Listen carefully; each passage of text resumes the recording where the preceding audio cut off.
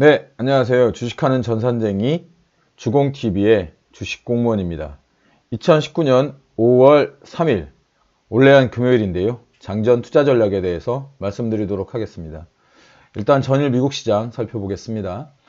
다우존스 산업평균지수가 전날보다 0.46% 하락하면서 시장을 마감했고요. 대형주 중심의 S&P 지수 역시 마이너스 0.21%를 기록을 했습니다. 기술주 중심의 나스닥 지수 역시 마이너스 0.16%를 기록을 했는데요. 어제에 이어서 연준의 매파적인 발언이 다시 한번 시장 투자자들의 심리를 건드린 모습입니다.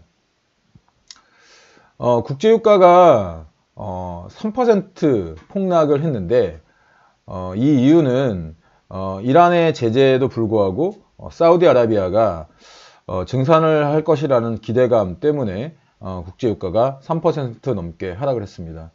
금값 역시 마이너스 0.97%를 기록을 했는데요. 이렇게 시장이 조금 꺾이는 모습을 보이고 있는데 우리나라 증시에도 이런 영향이 미칠 것이라는 사실 어제의 우려는 좀 빗나갔습니다.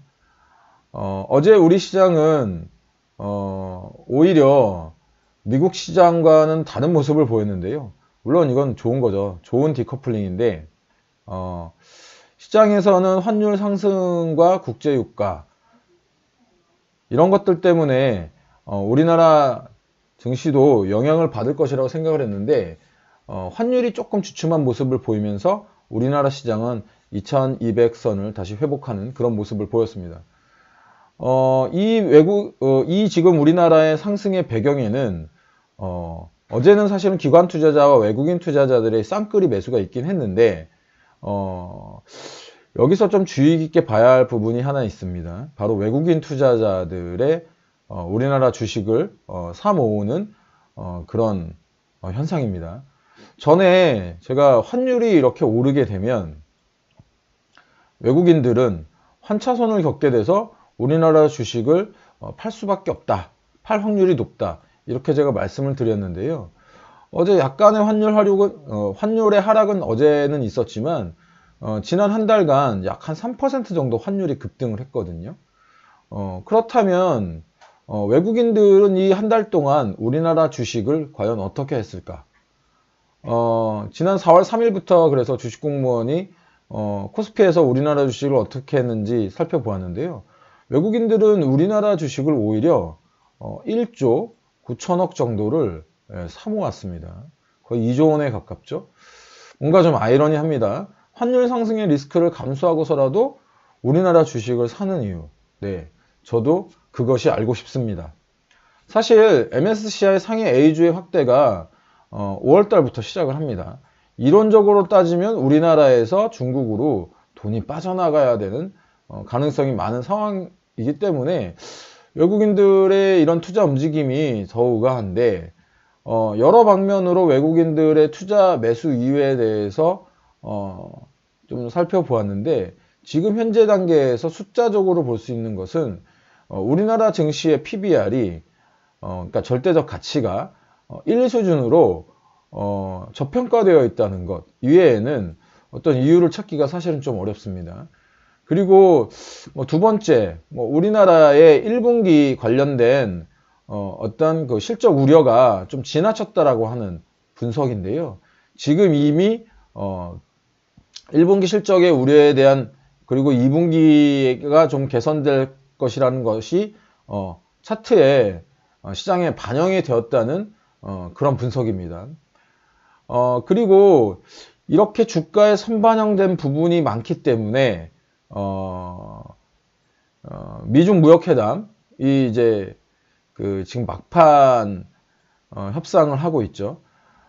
이 미중 무역 협상 그러니까 외국인들의 시선은 이 미중 무역 협상의 이유를 바라보고 있다라고 판단이 드는 겁니다.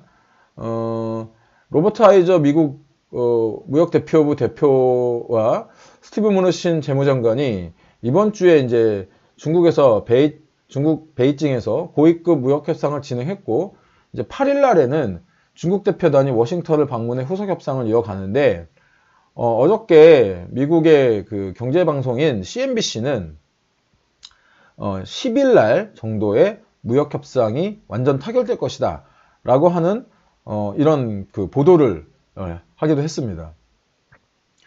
오늘이 이제 3일이니까 10일이면 바로 다음 주죠. 바로 다음 주이기 때문에 이제 그에 대한 기대 심리가 있는 것으로 파악되고요.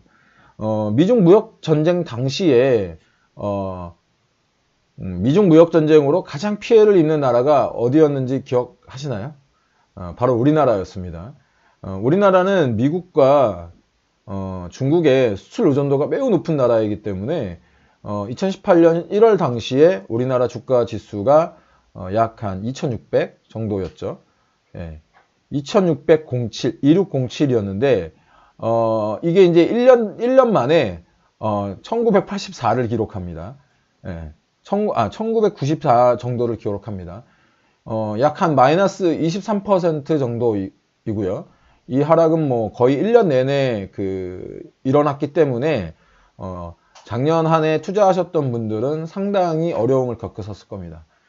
이렇게 그 원인이 해소되면 어느 정도의 상승을 기대할 수 있다는 것은 아주 상식적인 이야기죠. 물론 이제 개인 투자자분들이 원하시는 뭐 드라마틱한 이런 V자 반등을 기대하기는 사실은 어려울 겁니다. 이렇게 V자 반등을 기대하기는 어렵겠지만 아까도 말씀드린 시장의 하락의 원인이 해소된다면 어느 정도 서서히 기간을 가지고 상승을 할 가능성이 높다. 이런 말씀을 좀 드리는 겁니다. 살펴보니 주식 공무원이 살펴보니 지금도 시장에는 막 자라나는 새싹 같은 종목들이 있습니다. 단지 뭐 테마라던가 급등주라던가 이런 잡주들에 가려서 잘 보이지 않을 뿐이고요. 여러분들이 조금만 더 관심을 가지고 보신다면 여러분들 눈에도 보이실 겁니다. 나에게 심루타를 안겨줄 그런 종목들이 여러분들을 기다리고 있다는 말씀인 겁니다. 오늘 환율 상승에도 불구하고 지속적으로 순매수를 하고 있는 외국인 투자자 이야기에 대해서 잠시 말씀드렸습니다. 여러분의 댓글과 추천, 좀 더 좋은 글을 쓸 수 있게 만드는 원동력입니다. 친구 추가, 알람 설정 등 해놓으시면 주식공무원 글 보다 쉽게 받아보실 수 있으니까요. 추천, 구독, 좋아요, 알람 설정 꼭 부탁드리고요. 유튜브에 주식공무원이라는 키워드로 검색을 하시면 주식공무원의 지난 투자 전략도 살펴보실 수 있습니다. 궁금하신 주제, 관심 있는 분야 댓글로 주시면 글을 쓰는데 참고로 하겠습니다. 오늘 하루도 성공 투자하시고요. 객관적으로 시장을 바라보는 눈 주식공무원과 함께 키워가세요. 지금까지 따박따박 수익률의 주식공무원이었습니다.